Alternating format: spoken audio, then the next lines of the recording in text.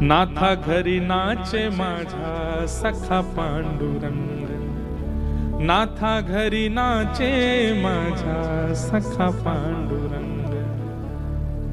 पंडरीनाथ भगवान नृत्य कर रहे हैं, और वाणी जी में तो ऐसा आता है वर्णन, नाचते नाचते नाचते ठाकुर जी इतने आनंद में भर गए, इतने आनंद में भर गए कि नृत्य करते करते ठाकुर जी की पीतांबरी खुलने लगी, धीमे धीमे अंग वस्त्र नीचे उतरने लगा, और ठाकुर जी को सुध बुध ही नहीं है। तुकाराम जी के कीर्तन में ठाकुर जी उछल उछल के नृत्य कर रहे हैं, ऐसे श्री तुकाराम जी।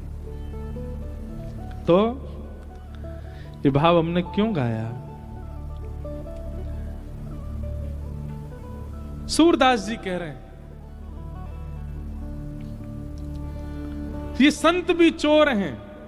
बोले क्यों? क्योंकि इन संतों ने त्रिभुवन ठाकुर जी का चित्त अपने वश में कर लिया। संत चोर हरि ही चुराए, जो त्रिभुवन बेस्तारे। आहा, सूरदास जी कह रहे हैं सब मिल चोरी करी श्याम की, जो जा से बन आए, सूरदास सट कहाँ लगी वर्णो, माखन चोर कन्हाई। सूरदास जी कह रहे हैं सबने मिलकर के ठाकुर जी की चोरी करी, पर कहा बताऊं भैया, अंत में घुमा फिरा करके चोर केवल ठाकुर जी कहलाए गए। कौन है? बोले ये माखन चोर। ये कौन है? बोले चित्त चोर। ये कौन है? हृदय चोर। बोले चोर का शब्द ठाकुर जी के आगे लगाया गया, और देखा जाए तो पूरी दुनिया चोर है, पर ठाकुर जी को चोर कह दिया गया है। भैया वो चोर, पर वो चोरी उन वस्तुओं की नहीं करते जो पहले से चुराई जा चुकी हैं, उन वस्तुओं की करते हैं जो बिल्कुल नवीन है, अभी सील पैक है, बिल्कुल निकली नहीं है, किसी की दृष्टि पड़ी नहीं है। हमारे चित्त को ऐसा बनाने की क्षमता केवल संतों में, केवल कथा में, केवल सत्संग में। हमारा चित्त सब जगह से ला करके इकट्ठा कर दिया जाएगा, और फिर जब द्वारिकाधीश के सन्मुख जाओगे हरण कर लेंगे। ऐसे परम सत्य परमात्मा को हम बारंबार प्रणाम करते हैं। सत्यम परम धीमहि। वो चोर है पर फिर भी परम सत्य है। संसार में व्यक्ति जो होता है वो वही दिखता है, पर ठाकुर जी हैं चोर, पर दिखते कैसे? बोले परम सत्य।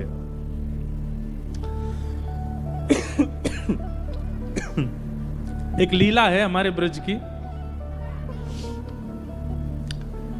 कि दुर्वासा जी आए, बड़ी प्रसिद्ध लीला है। तो दुर्वासा जी यमुना पल्ली पार आके बैठ गए। सब गोपी गई ठाकुर जी के पास, बोले लाला, बोले हम बे बताओ क्या बात है?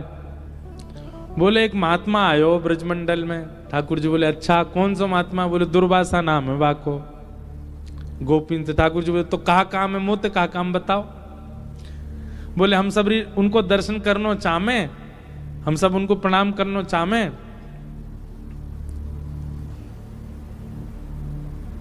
ठाकुर जी बोले भैया देखो ये दुर्वासा तो एक ही दुर्वा है, बाकी तो मैं तो पूरी दुर्वान को खान हूं, मुझे प्रणाम कर लो। सबसे बड़ा संत महात्मा तो मैं ही हूं। गोपी अरे तुम कौन सी संतन के चक्कर में पड़ी हो, मुझे प्रणाम कर लो चलो। अब गोपी बोली तुम्हें तो रोज ही कर ले, अब एक बार कृपा कर दो दुर्वासा जी के दर्शन करने। ठाकुर जी बोले कहां है दुर्वासा जी? बोले यमुना पल्ली पार। तो चली जाओ दर्शन कर आओ। बोले यमुना जी में बाढ़ आ रखी है, खूब जोर से जल बह रहा, कैसे जाएं, डूब जाएंगी। ठाकुर जी बोले तो मैं कहा करूं, मेरी नाव तो छोटी सी है, वहां में ना बैठाऊंगा मैं तुम सबन ने। तुम ऐसी मोटी मोटी धाम धुल्ला सी बैठ जाओगी, डूब जाएगी मेरी नाव।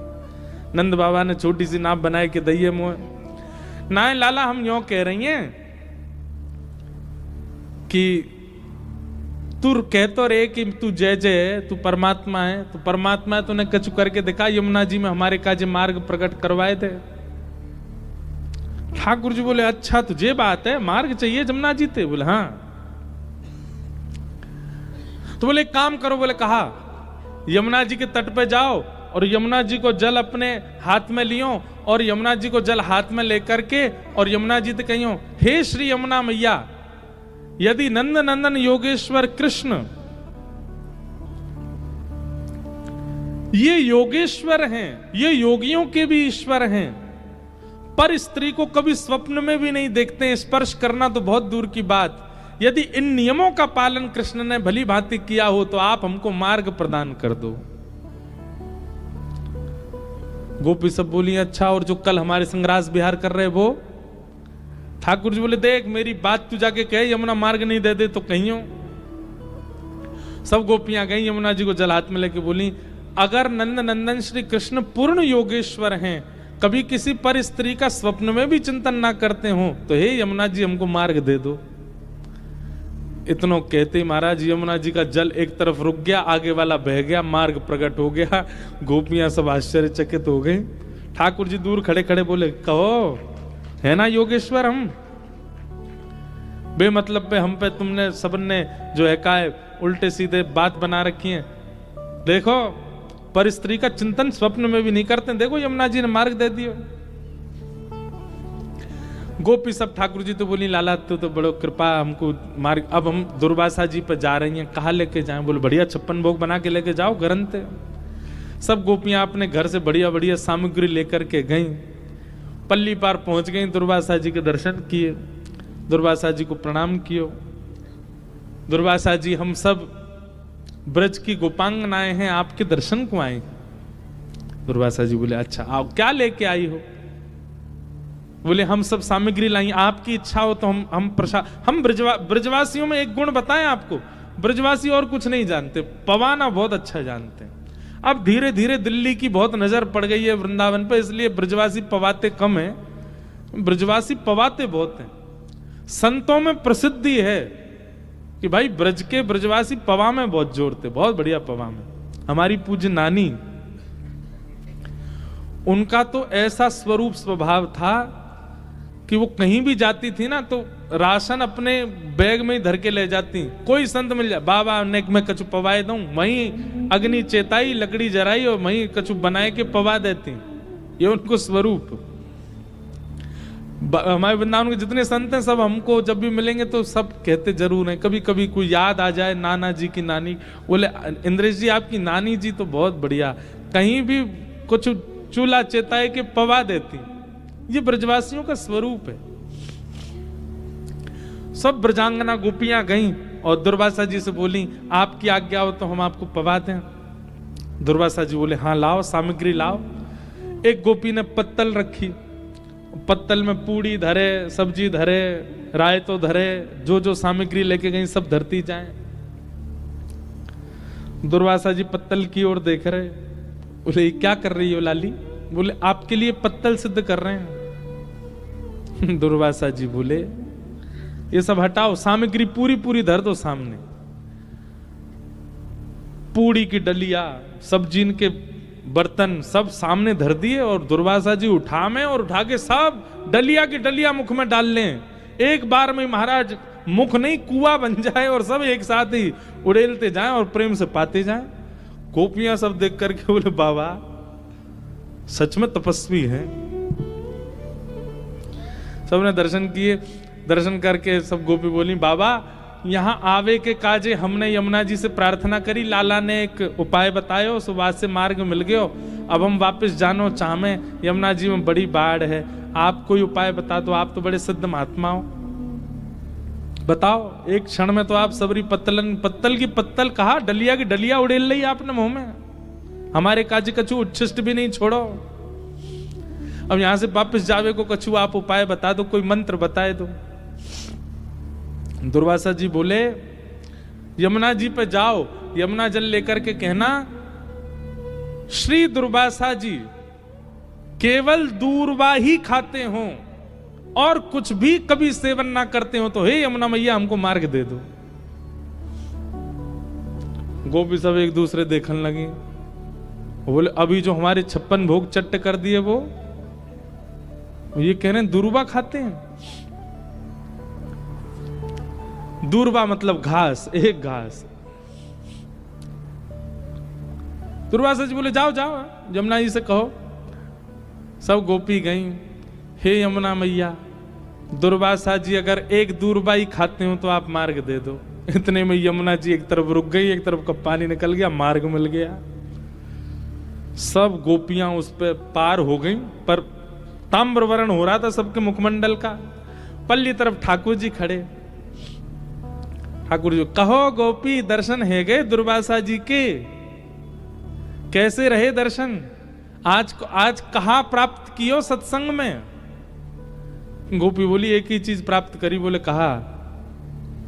बोले तुम झूठे, तुम्हारो दुर्वासा झूठो, और तुम दोनों की झूठी साक्षी मानने वाली, ये जमुनाऊ झूठी है, तुम सबरे झूठे हो। बोले तुम कह रहे हो तुम परम योगेश्वर, और वो दुर्वासा जी कह रहे हो वो दुर्वा खाते हैं, और दोनों की साक्षी दे रही है ये यमुना। ठाकुर जी बोले प्रत्यक्ष दृष्टि से देखोगे तो ये झूठ दिखेगा, लेकिन वास्तविकता यही है कि मैं योगेश्वर हूं। स्त्री पुरुष का भेद मेरे चित्त में नहीं आता। कभी किसी पर स्त्री क्या किसी का भी काम भाव से तो चिंतन मैंने किया ही नहीं है, इसलिए यमुना ने मार्ग दिया। और दूसरी बात, दुर्वासा जी, वहां दुर्वासा जी को आपने 56 भोग दिए। प्रत्यक्ष दृष्टि में आपको लगा कि उन्होंने सब पाया, पर अप्रत्यक्ष भाव से वे दूरवा ही ग्रहण करते हैं। उनका किसी वस्तु के प्रति कभी पूड़ी खाई, सब्जी खाई, खीर खा गए, कड़ी खा गए, ये प्रत्यक्ष दिखा, पर उनके मन ने कुछ भी स्वीकार नहीं किया। वो प्रत्यक्ष भाव से दुर्वासा ही हैं, और इन दोनों की साक्षी मानने वाली यमुना ये परम सत्या है। अप्रत्यक्ष भाव से मेरा रूप दिखा नहीं है, इसलिए तुमको बहम लग रहा है। ठीक वैसे ही बंधुओं, ठाकुर जी को चोर चोर चोर सब जगह कहा गया, पर ठाकुर जी चोर नहीं, ठाकुर जी रक्षक हैं। हम सबको कहीं हमारी चोरी हो ना जाए उससे बचाने वाले ठाकुर जी। ऐसे परम सत्य श्री ठाकुर जी को हम प्रणाम करते हैं। सत्यम परम धीमहि, ऐसे परम सत्य परमात्मा को हम वंदन करते हैं।